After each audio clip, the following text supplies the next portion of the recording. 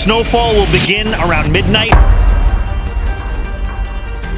Snowfall will become more moderate as Monday progresses. In total, this storm is projected to drop between 18 and 24 inches across New York City. New Yorkers should also expect dangerous wind, predicted to reach 35 miles per hour. These are blizzard conditions, declaring a state of emergency. With the city about to shut down, it was a good time to go get some groceries. This place is packed. Everybody buying groceries for the snowstorm.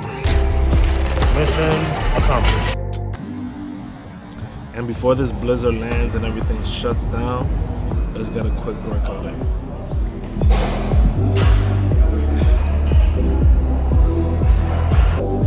So I signed up for a 3-mile marathon in April, but I got surgery a couple years ago, ankle and knee surgery. Well, it's called the Oates procedure.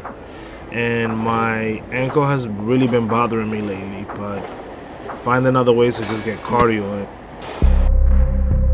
Heavier now, Jaysha.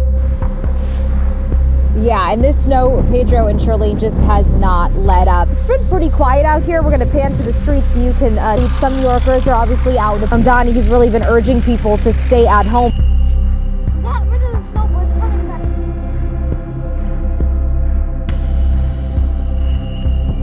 It's crazy out here.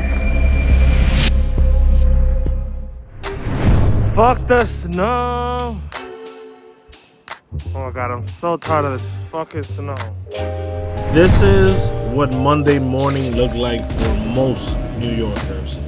But if you know anything about a New Yorker, they're gonna go about their day.